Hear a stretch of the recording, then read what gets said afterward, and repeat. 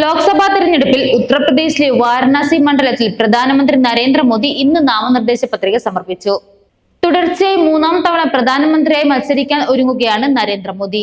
കാശിയിലെ കാലഭൈരവ ക്ഷേത്രത്തിൽ പ്രാർത്ഥിച്ച ശേഷമാണ് നാമനിർദ്ദേശ പത്രിക സമർപ്പിക്കാൻ നരേന്ദ്രമോദി എത്തിയത്. പത്രികാ സമർപ്പണത്തിന് മുന്നോടിയായി ഗംഗാ തീരത്തിലുള്ള ദശരഥ മേധാഘട്ടിൽ പ്രധാനമന്ത്രി പ്രാർത്ഥന നടത്തി. അതിനുശേഷം കളക്ടറേറ്റിലെത്തിയായിരുന്നു നാമനിർദ്ദേശ പത്രിക സമർപ്പിച്ചത്. ഹിന്ദുമത വിശ്വാസ പ്രകാരം മംഗളകർമ്മങ്ങൾക്ക് അനുയോജ്യമായ പുഷ്യ നക്ഷത്ര മുഹൂർത്തത്തിലാണ് നാമനിർദ്ദേശ പത്രിക സമർപ്പണം. ഗംഗാ സപ്തമി ദിനമായ ഇന്ന് നരേന്ദ്രമോദി ഗംഗാ സ്നാനം നടത്തുമെന്നും BJP നേതാക്കൾ അറിയിച്ചു.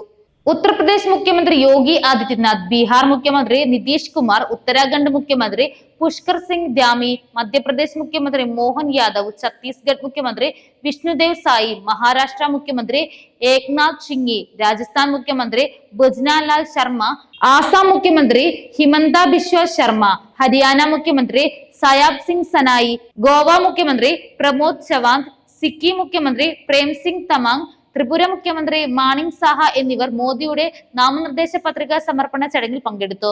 ഈ തവണയും മോദിക്ക് ചരിത്ര വിജയമാകുമെന്ന് BJP നേതാക്കൾ അഭിപ്രായപ്പെട്ടു. 2014-ലും 2019-ലും മോദിക്ക് ഗംഭീര വിജയമാണ് വാരണാസി നൽകിയത്. 2019-ൽ 100-ലേറെ മത്സരാർത്ഥികളാണ് മോദിക്കെതിരെ മത്സരിച്ചിരുന്നത്.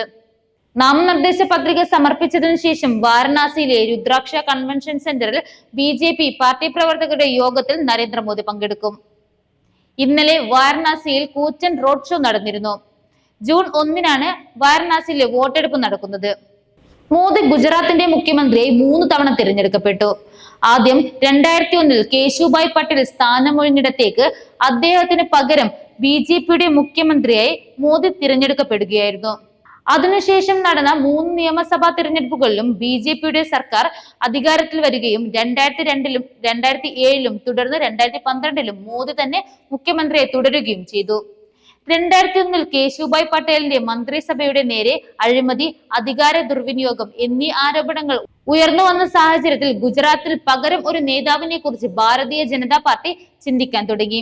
2001-ൽ ഗുജറാത്തിലുണ്ടായ ഭൂകമ്പക്കെടുതികൾ കൈകാര്യം ചെയ്ത രീതിയെക്കുറിച്ച് ധാരാളം വിമർശനങ്ങൾ ഉണ്ടായിരുന്ന നരേന്ദ്രമോദിയെ കേന്ദ്ര നേതൃത്വം തീരുമാനിച്ചുവെങ്കിലും പട്ടേലിനെ പുറത്താക്കി താരതമ്യേന പരിചയം കുറവുള്ള നരേന്ദ്രമോദിയെ മുഖ്യമന്ത്രി കസേരയിൽ ഇരുത്താൻ പാർട്ടിയിലെ മുതിർന്ന നേതാവായിരുന്ന MK അദ്വാനിക്ക് താല്പര്യമുണ്ടായിരുന്നില്ല.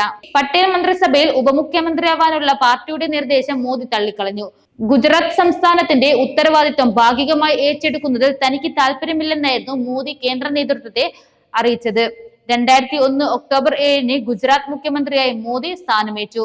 ഡിസംബർ 22-ൽ വരാനിരിക്കുന്ന സംസ്ഥാന തിരഞ്ഞെടുപ്പിനു വേണ്ടി പാർട്ടിയെ സജ്ജമാക്കുക എന്ന ചുമതല കൂടി ഉണ്ടായിരുന്ന അദ്ദേഹത്തിന് 2002-ലെ തിരഞ്ഞെടുപ്പിൽ BJPക്ക് 182 അംഗ നിയമസഭയിൽ 126 സീറ്റുകൾ ലഭിക്കുകയും മോദി വീണ്ടും മുഖ്യമന്ത്രിയായി തിരഞ്ഞെടുക്കപ്പെടുകയും ചെയ്തു. 2002-ൽ ഗുജറാത്തിൽ നടന്ന വംശീയ കലാപത്തിൽ സർക്കാരിന്റെ പരാജയവും നീതിനിഷേധവും ആരോപിക്കപ്പെട്ടതിനാൽ ഈ തിരഞ്ഞെടുപ്പ് പ്രത്യേകം നിരീക്ഷിക്കപ്പെടുന്നു. ഗുജറാത്ത് കലാപവുമായി ബന്ധപ്പെട്ട് കേസുകൾ അന്വേഷിക്കാൻ സുപ്രീം കോടതി നിയോഗിച്ച പ്രത്യേക അന്വേഷണ സംഘത്തിനു മുമ്പാകെ ഹാജരായ നരേന്ദ്രമോദി ക്രിമിനൽ കേസുകളിൽ ചോദ്യം ചെയ്യലിന് വിധേയമായ രാജ്യത്തെ ആദ്യ മുഖ്യമന്ത്രിയാണ്. രാഷ്ട്ര സ്വയം സേവക സംഘത്തിന്റെ പ്രചാരകനുമായ നരേന്ദ്രമോദിയെ മാധ്യമങ്ങളും 2002-ലെ ഗുജറാത്ത് കലാപവുമായി ബന്ധപ്പെട്ട് ദേശീയ അന്തർദേശീയവുമായി നരേന്ദ്രമോദി ധാരാളം വിമർശനങ്ങളിൽ ഏർപ്പെട്ടിട്ടുണ്ട്. അദ്ദേഹം നടപ്പിലാക്കിയ സാമ്പത്തിക നയങ്ങൾ കൊണ്ട് ഗുജറാത്തിൽ വികസനങ്ങൾ ഉണ്ടായി എന്നും ചൂണ്ടിക്കാട്ടേണ്ടതുണ്ട്.